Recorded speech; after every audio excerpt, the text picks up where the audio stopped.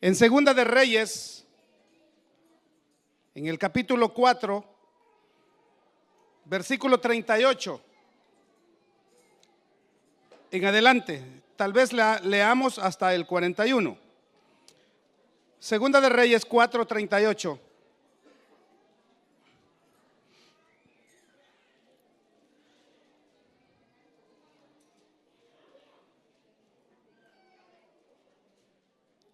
Vamos a pedir a los niños que vayan a sus clases para que nosotros los adultos nos podamos quedar aquí disfrutando del consejo de la palabra del Señor.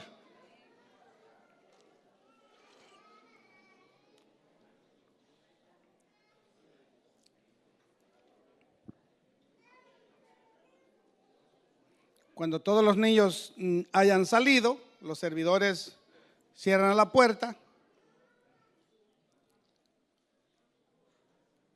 y le damos honra al Señor aprendiendo. Amén. Dice la palabra del Señor, le vamos a dar lectura en el nombre del Padre, del Hijo y del Espíritu Santo. Eliseo volvió a Gilgal cuando había una grande hambre en la tierra, y los hijos de los profetas estaban con él, por lo que dijo a su criado: pon una olla grande y haz potaje para los hijos de los profetas. Y salió uno al campo a recoger hierbas y halló una como parra montés, y de ella llenó su falda de calabazas silvestres, y volvió y las cortó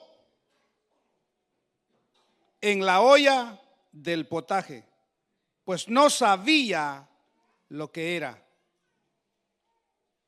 Después sirvió para que comieran los hombres. Pero sucedió que comiendo ellos de aquel guisado, gritaron diciendo: varón de Dios, hay muerte en esa olla. Y no lo pudieron comer. Entonces dijo: traed harina, y la esparció en la olla. Y dijo: da de comer a la gente. Y no hubo más mal en la olla. Creí que estábamos leyendo.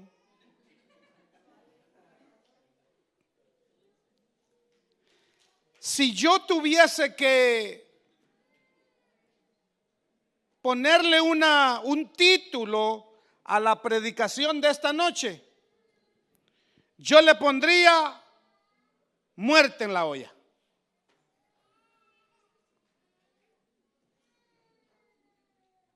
Hay muerte en la olla.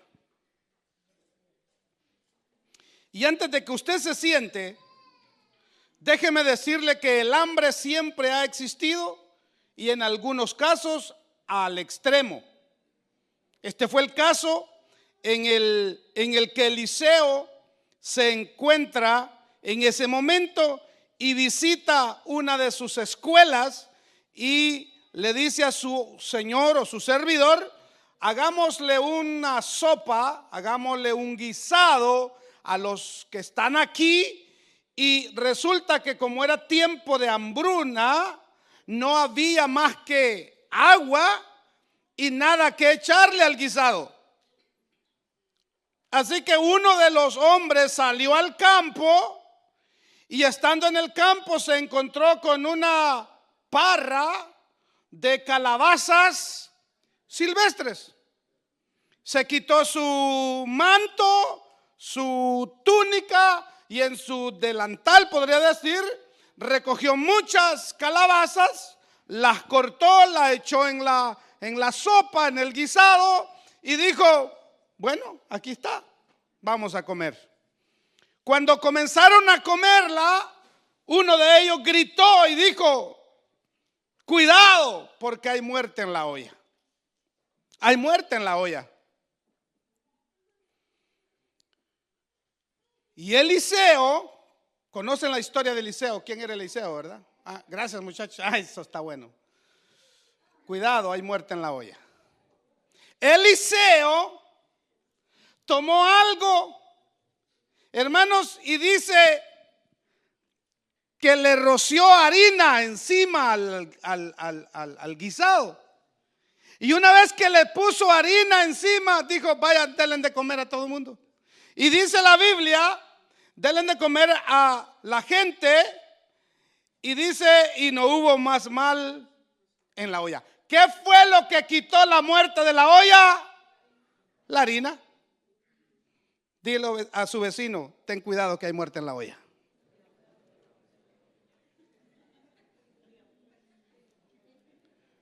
Ten cuidado que hay muerte en la olla. Tenga la bondad de sentarse, por favor.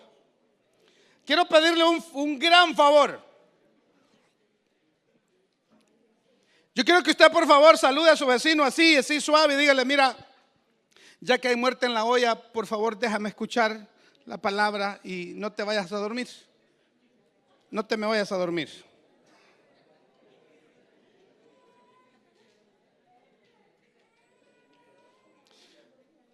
Bueno, ya estamos acá, hermano. Era solo un saludo, no era la plática de la semana. No sé si usted ya se dio cuenta al leer estos versículos de la historia de este problema tan serio en el que se encontró Eliseo con sus alumnos, los profetas. Y aquí hay dos cosas que tenemos que ver. Dos cosas muy importantes que tenemos que quizás resaltar. La primera es, hermanos, aquellos hombres pensaban que lo que habían de comer era bueno. Aquellos hombres, nadie les informó de que lo que estaba en la olla era la muerte, era veneno. Estos hombres no tenían el conocimiento de darse cuenta, porque no olía amargo, no presentaba un peligro visible. Estaban con hambre y Eliseo les prepara un potaje, un guisado, y vamos a comer. Estamos en tiempo de hambruna.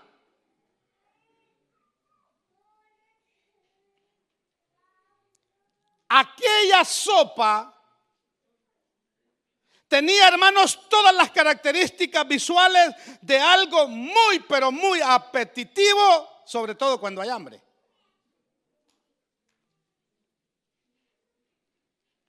Cuando hay hambre, cualquier cosa a uno le apetece, ¿no es cierto?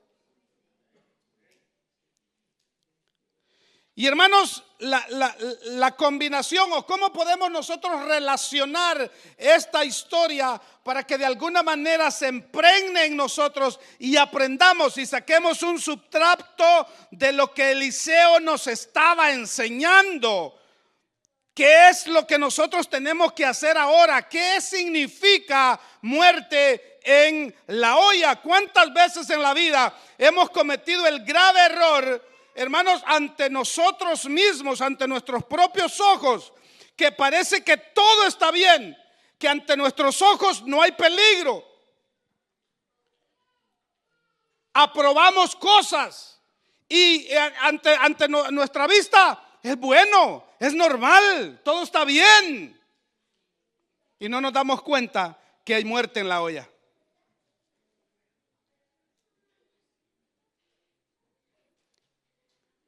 Necesitamos ojos espirituales y bien abiertos para que podamos ver más allá de las palabras y de las apariencias.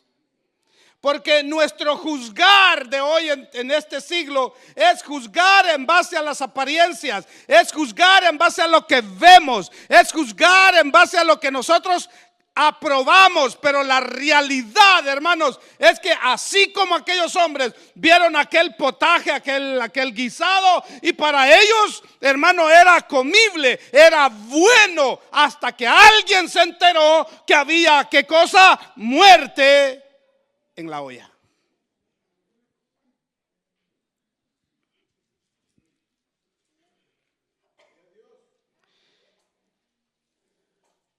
Eliseo no se dejó intimidar por aquella mala noticia. Eliseo no abrazó una realidad de llanto, de lamento. No, Eliseo simple y sencillamente tomó la forma, hermanos, de actuar. Y él no permitió que aquella situación tomara dominio en él. No, Eliseo reaccionó.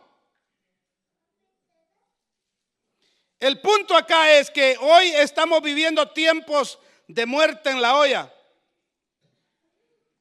Y hay tantas cosas que nosotros, hermanos, vemos que pareciera que no tienen solución.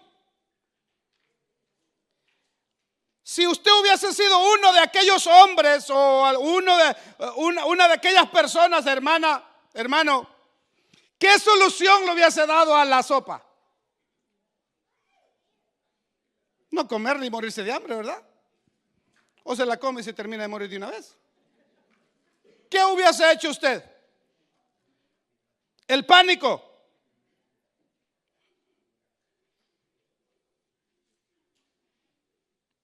Entonces, hoy que estamos viviendo tiempos tan difíciles, hermanos, nosotros tenemos que aprender una cosa. Debemos de prepararnos, porque si nosotros de verdad creemos a Dios, lo que viene es bendición, vida y paz, porque creemos que Él es la solución. Él es, hermano, el problema, la olla donde hay muerte. Él es la respuesta. Él es el camino. Él es la vida. Él es todo. Y si lo tenemos, vamos a tener vida.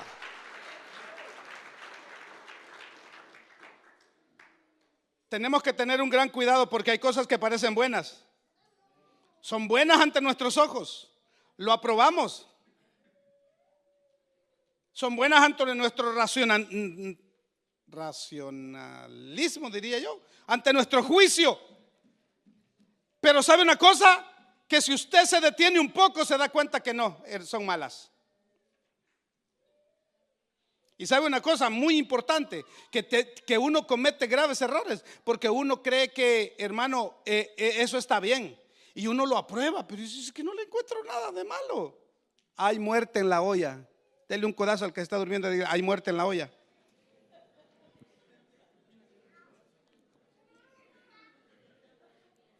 Tenemos que tener ese cuidado, hermanos, porque mire, hay cosas que se ven iguales en todos los aspectos, pero con un género distinto.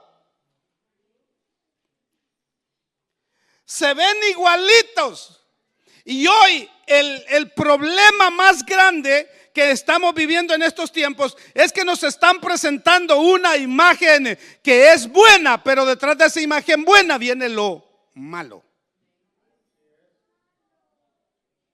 Y todos creemos que eso es bueno y lo aprobamos. Y creemos que eso está bueno. Cuidado, porque aquellos hombres vieron que ese guisado estaba bueno, pero había ¿qué cosa? Había muerte en la olla.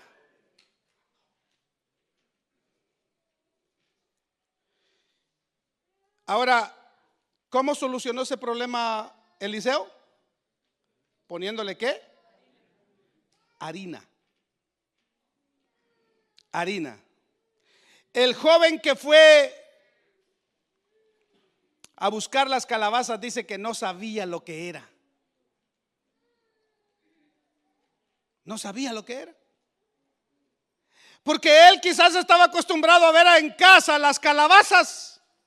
Y dijo: estas son las que mi esposa utiliza, las que mi mamá utiliza para echarle a la sopa. Estas son. Pero eran calabazas silvestres. Ahí es una calabaza, sí. Ya conmigo, calabazas. Pero es que hay calabaza buena y calabaza de que tiene veneno.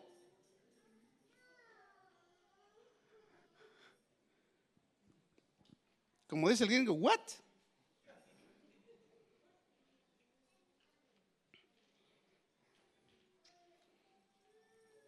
Porque, hermano, tenemos que aprender a distinguir lo bueno de lo malo, no solo con nuestros ojos naturales, sino con la palabra y con nuestros ojos espirituales. Porque vamos a ser engañados al ver cosas con nuestros ojos que son buenas, pero no. No es de gusto que está por ahí ese dicho que no todo lo que brilla es oro. ¿Entiende? Hay un pasaje que quiero relacionar y que me costó mucho hacerlo, pero quiero relacionarlo con esta historia para poder continuar. Y es donde el Señor Jesús permite que dos plantas que tienen la misma apariencia, pero que son de diferente género y que de hecho producen cosas distintas, estén ahí juntas. Y me refiero a la cizaña y al trigo. Y quiero contarle algo muy bonito acá. En Mateo capítulo 13, versículo 36. No es la parábola, es la explicación de la parábola. Mateo 13:36. Entonces, despedida la gente, entró Jesús en la casa y acercándose a él sus discípulos le dijeron: explícanos la parábola de la cizaña del campo. ¿Por qué los discípulos pidieron explicación? ¿Por qué no la entendieron cuando Jesús contó la parábola? Ellos no entendían la parábola de la cizaña y el trigo. Tuvieron que esperarse horas y estar a solas con Cristo para preguntarle: queremos saber cuál es el mensaje, qué nos estás queriendo decir, explícanos cuál es el significado de la parábola de la cizaña y del trigo. Entonces, hermanos, despedida la gente, entró Jesús en aquella casa. Y los discípulos le hacen la pregunta. El Señor le responde. Él les dijo: el que siembra la buena semilla es el Hijo del Hombre. El campo es... ¿A dónde salió aquel a cortar calabazas silvestres? Al campo. El campo es el mundo. La buena semilla son los hijos del reino. Y las cizañas son los hijos del malo. El enemigo que la sembró es el diablo. La siega es el fin del siglo y los segadores son los ángeles. De manera que como se arranca la cizaña y se quema en el fuego, así será en el fin de este siglo. La mayoría de la gente no sabe en dónde está el trigo de la salvación. ¿Por qué? Porque se parece a la cizaña. Yo creo que los muchachos tienen una imagen para que usted tenga una idea de la diferencia, más o menos. Amigo, hermano, déjeme decirle algo, que la cizaña es muerte.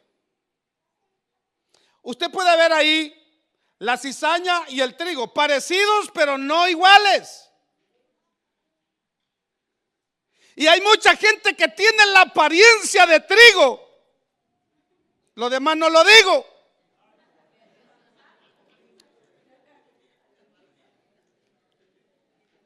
O sea, toditito lo visual, las apariencias, todo pareciera que es una persona de trigo. Ahora bien, cuando Jesús le cuenta la parábola a los discípulos tuvieron una reacción, porque al escuchar a Jesús no les pareció. Según ellos, había cierta injusticia por parte del enemigo.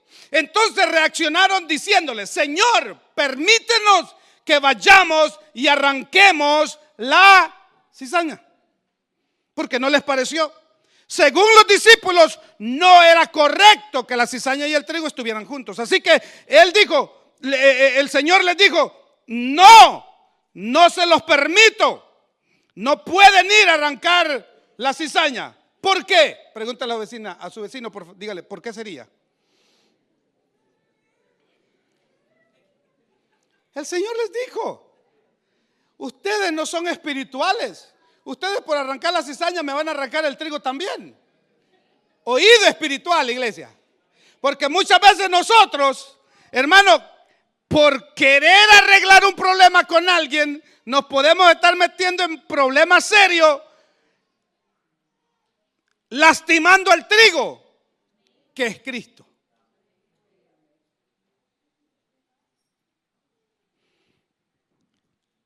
Y es que, hermanos, hay gente en las iglesias con ganas de echarle mano a los hermanos y arrancarlos. Porque dicen, yo veo algo que pareciera que es, pero no es. Ni Jesús les permitió a los discípulos arrancar la cizaña. Esa es una cosa, usted mira, pastor, pero es que lo hubiera hecho. No, porque Él les dijo, ustedes van a arrancar el trigo también.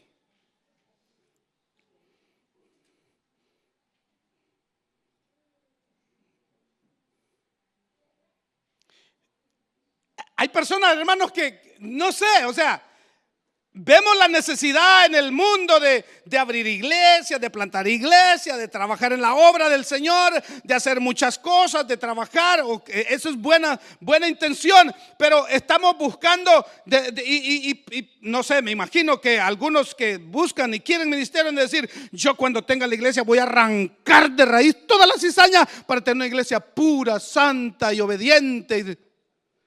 Ni Jesús la tuvo. Jesús les dijo a los discípulos, no, momentito, ustedes no van a arrancarme la cizaña, porque ese no es asunto de ustedes. En el fin del mundo, yo soy el que voy a separar eso ante nuestros ojos. Y es más, mire, quizás usted, Dios le diga, te revelo, sierva del Señor, que la hermana Juliana es cizaña. Tampoco, hermano. No. No. Y sabe que es curioso, hermano, que mucha gente que quizás de pronto dicen, yo quisiera tener un ministerio de evangelista, de profeta, de esto, del otro. Para empezar, no vienen a la iglesia. No conocen la obra del Señor. Cualquier cosita y ya no. Y creo que no es el tema, no me voy a meter ahí, pero si una hormiga les pica ya no quieren venir a la iglesia. O sea,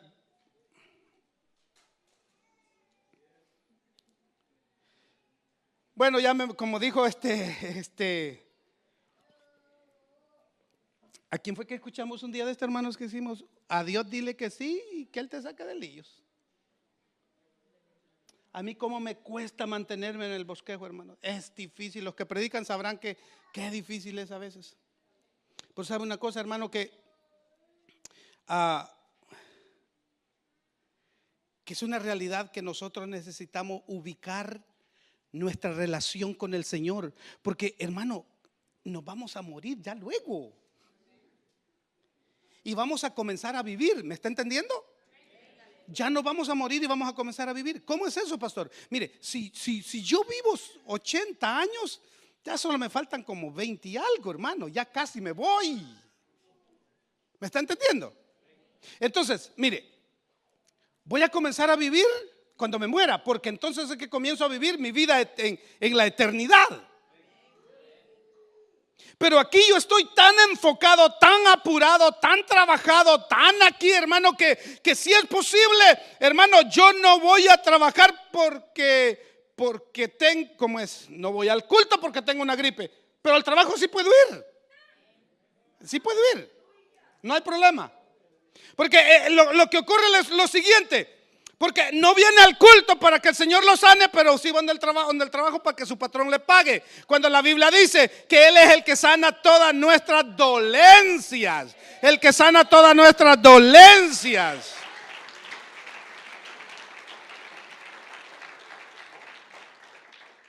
No, y quieren ministerio y enseñarle a una iglesia. Entonces, no estoy diciendo que trabajar es malo. El mismo apóstol Pablo dijo, el que no trabaje, que no coma. Hermano, Dios no es un Dios de gente haragana. Dios es un Dios de gente que trabaja. Él dice, mi Padre trabaja y yo trabajo. Todos trabajamos. Unos trabajos duros y fuertes, otros trabajos livianos, otros trabajos de diferente manera, pero todos tenemos la mente ocupada trabajando y haciendo algo. O sea, no diga, pastor, ya no voy a trabajar porque usted dijo, no le voy a dar para sus biles, hermano. trabaje. Lo que yo me refiero es ubicar nuestras prioridades. No es correcto, no es justo para usted. Para mí no hay problema, porque esa es su vida, su economía, su rol, lo que sea. Pero no es justo para usted. Teniendo unas poquitas palabras sabias y pusiendo un poquito sabio, no es justo que nosotros hagamos lo que sea para estar bien aquí en la tierra, cuando deberíamos de hacer lo mejor para estar bien con Cristo Jesús. Ok. Es que el Señor no llama gente de doble ánimo.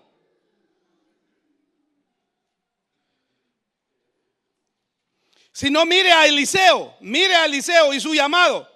Eliseo, cuando el Señor por medio de Elías lo llama, lo primero que hace Eliseo es matar los bueyes. 12 yuntas de bueyes. Y dijo, para que no quede nada, mato los bueyes y tráiganme también los yugos, por si acaso me arrepiento y compro otros bueyes. Entonces me quedo sin bueyes, me quedo sin yugos, hago un barbecue aquí y yo sigo al profeta. Yo me imagino que en algún momento Eliseo dijo, ay, mis 12 yuntas de bueyes, mis yugos, si mejor hubieran, con solo 6 que hubieran matado. Así si regreso lo vuelvo a recuperar. Esa es la mentalidad podría decir de cualquier persona. Pero no, Eliseo dijo, no. Las 12 yuntas de bueyes y los yugos los quemamos, matamos a los bueyes, hacemos fiesta y a seguir por la doble porción, no de la tierra, la que Elías me va a dejar cuando se vaya para el cielo, la que yo voy a tomar para hacer la obra del ministerio, la doble porción.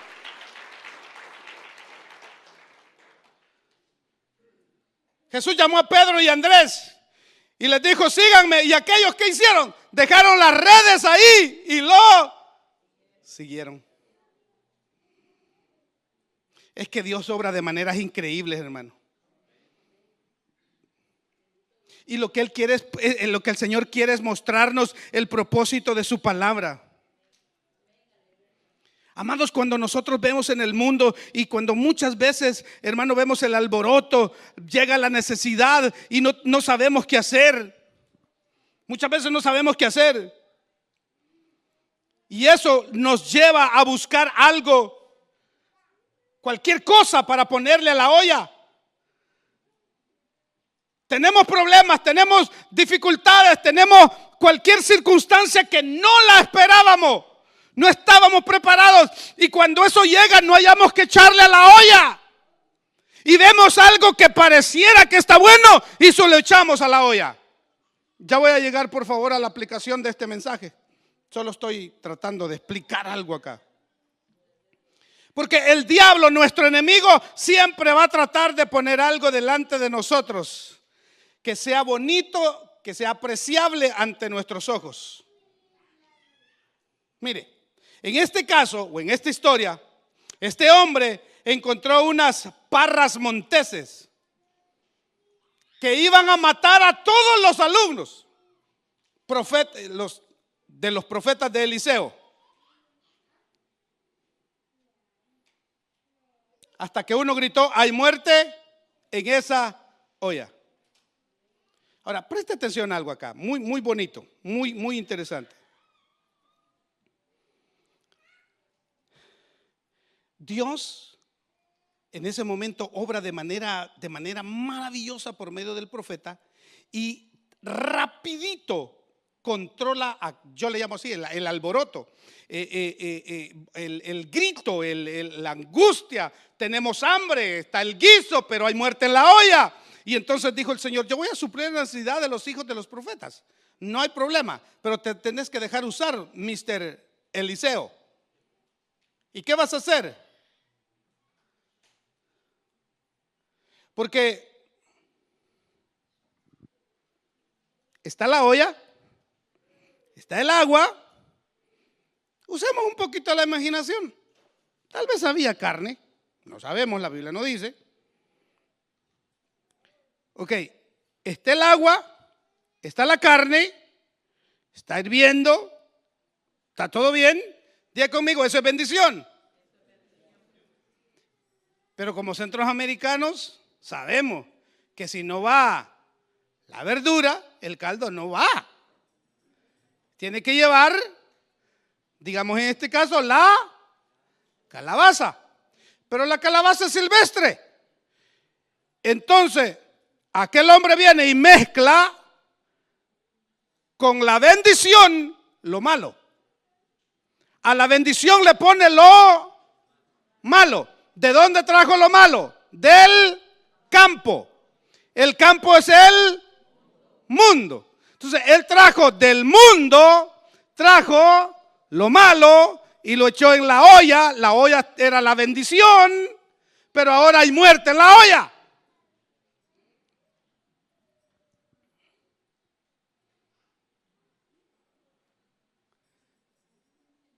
Si hay muerte en la olla,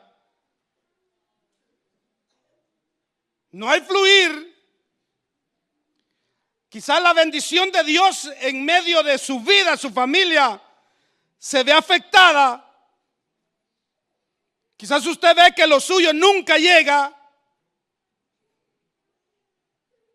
Quizás usted está en la iglesia, tiene un amigo que es un hombre de Dios, está rodeado por gente bonita, pero hay algo que no está bien, hay algo que no está muy bien, hay algo que no está correcto. Hermano, algo hay que pensar, porque el Señor nos manda radicalmente que no nos mezclemos con el mundo, porque hay un grave problema.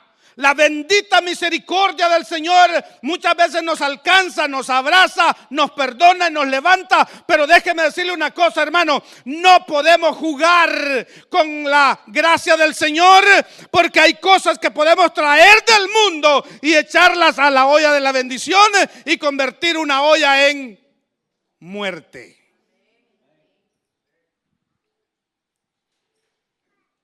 Dios quiere que nos alimentemos de la olla. Y eso de hecho se puede. ¿Qué dijo Eliseo? Versículo 41. Tráiganme harina.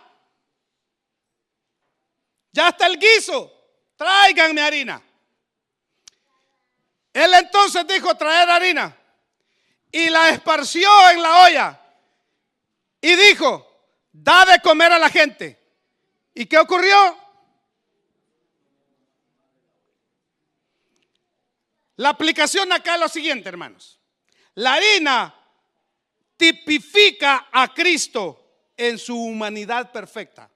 La harina en el libro de Levítico era usada para hacer los panes, era usada para el holocausto, para el sacrificio, para muchas cosas, pero era representativa de un pan que vendría después del cielo. Representa la ofrenda de los creyentes que ofrecemos en el altar al Señor. Mucho simbolismo y significado. Entonces Eliseo dice, lo único que puede quitarle la muerte a la olla es la harina. Y la harina es la palabra de Dios. La maldición se va cuando la palabra ocupa ese lugar. Lo único que podía quitar en ese momento el veneno de la olla era ¿qué cosa? La harina. Cristo es la ofrenda. Cristo es la ofrenda perfecta por el pecado. Por eso nosotros, hermanos, nos presentamos como ofrenda ante Él.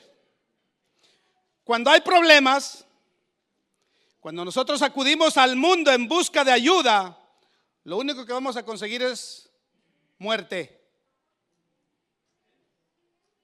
El Señor, en su palabra, nos habla que Él es el pan que vino del cielo. La harina proviene, obviamente, del trigo. La harina, o de la harina se hace el pan. ¿Y quién es el pan de vida? Cristo Jesús. Esto significa que Cristo es la solución para muchos de nuestros problemas.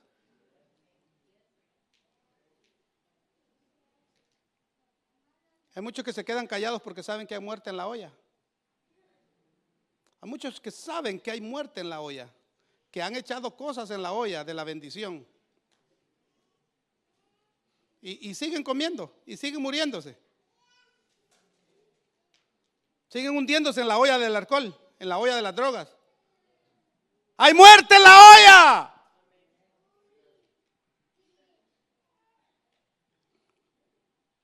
Hay muerte en la olla. Ahora, si nosotros relacionamos todo eso, ¿cómo podría la iglesia enfrentar? ¿Cómo pudiera la iglesia enfrentar la situación de Eliseo en este tiempo? Yo creo que nosotros tenemos que aprender algo de Eliseo acá. Para empezar, ya conmigo, las calabazas están cortadas. Ya están dentro de la olla. Y me imagino cocidas. Fueron cortadas en pequeños pedazos. Ya soltaron pues el sabor. Ya, hermanos, ya está malo el asunto. ¿Cómo podemos ahora nosotros extraer todo eso? ¿Cómo? O como cuando alguien hace pan, ¿cómo podrá extraer la levadura del pan? Hermanos, hay cosas que solo Dios puede hacer. Pero hay que aprender a usar los medios dados por el Señor, indicados por el Señor. No podemos hacer otra cosa. Cuando Eliseo dijo, tráiganme harina, no le llevaron otra cosa. ¿Le llevaron qué? Harina.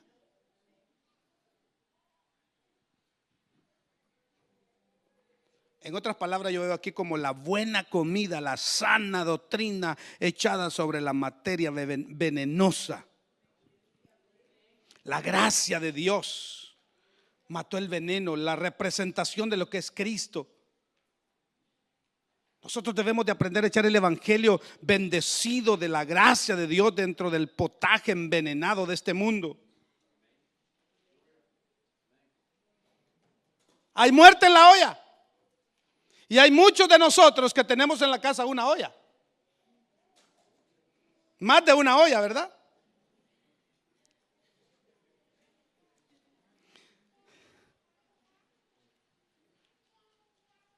Jeremías, Isaías, Ezequiel fueron confrontados con visiones y con profecía.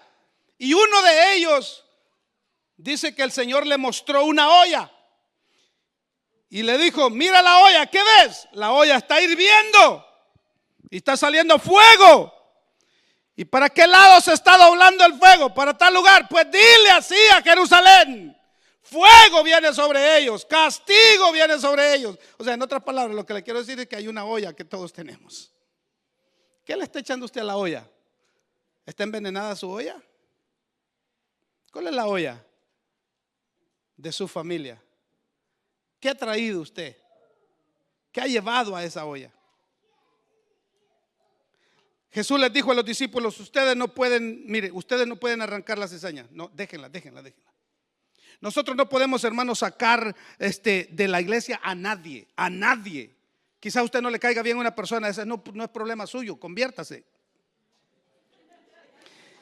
Usted no puede, no, hermano, es que mire, es que nosotros a veces abrazamos un evangelio de perfección, donde queremos que todo mundo sea ni siquiera como Cristo, como nosotros. ¿Y cómo? No se puede.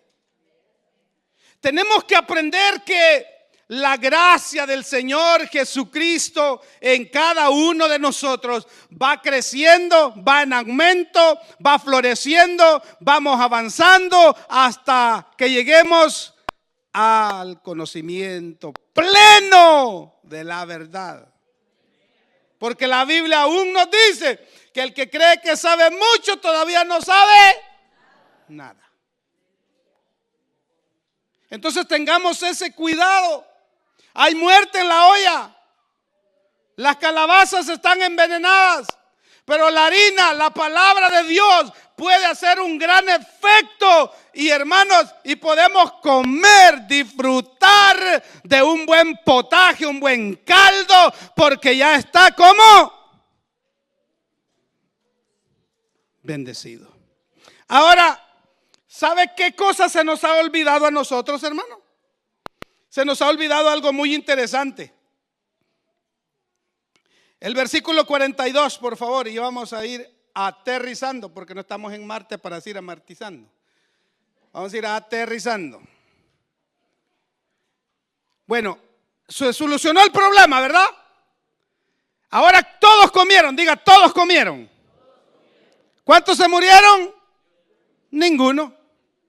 Entonces dice, vino entonces un hombre de Baal-Salisa, el cual trajo al varón de Dios panes de primicias, 20 panes de cebada y trigo nuevo en su espiga. Y él dijo, da a la gente para que coma. Preste atención, no me den el 43 todavía, por favor. Ocurrió ese gran milagro. Todavía no les he dicho cuántos hombres habían allí, ¿verdad? Ok, es porque no lo sé.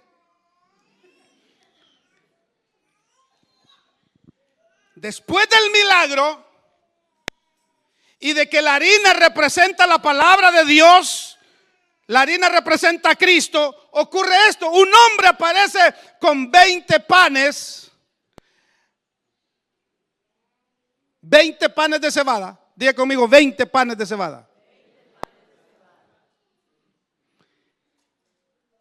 Y se los dio a Eliseo. Y Eliseo dijo, da a la gente para que coma. Mire, primero el caldo, después panes para que coman. Versículo 43. Tengo prisa de llegar ahí. Y respondiendo su sirviente, el que estaba haciendo ¿cómo pondré esto delante de cuántos? ¿Cuántos? 100 hombres. Haga la cuenta, son 20 panes, ¿a cómo les toca?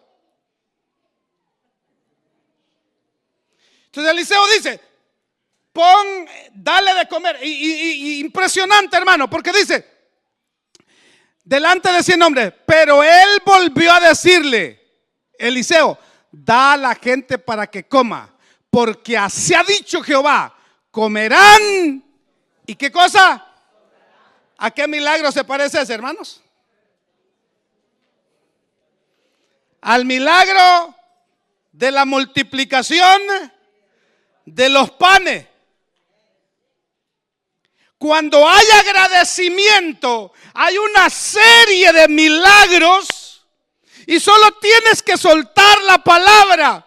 Dios te puede meter en un lío, pero siempre te va a sacar adelante. Él te está diciendo, el pan espiritual no te va a faltar. Tiene que sacar la muerte de la olla y no va a hacer falta pan en tu casa. No va a hacer falta pan en tu casa. Este milagro de Eliseo, muy pocas veces lo hablamos, pero tiene un gran contraste con el milagro de Cristo Jesús. Y como aunque somos centroamericanos, ya estamos así como coreanos saludándome así, mejor póngase de pie, porque si no nos vamos a dormir acá.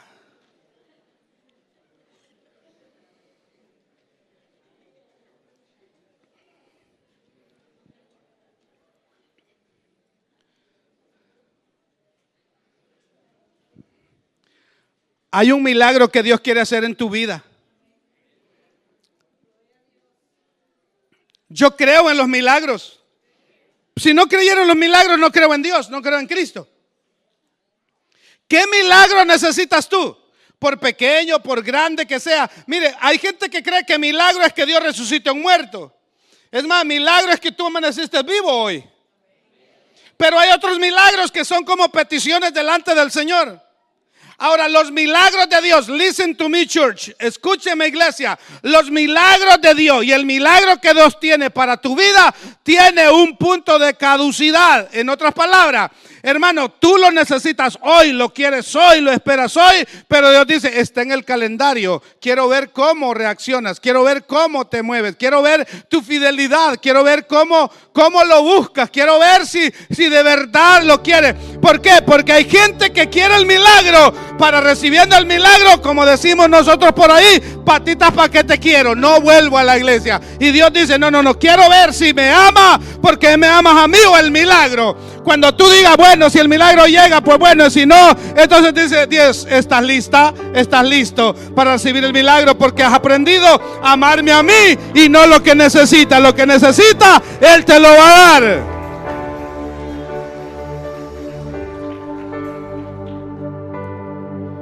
Cierre sus ojos, por favor, y adoremos juntos un momento al Señor.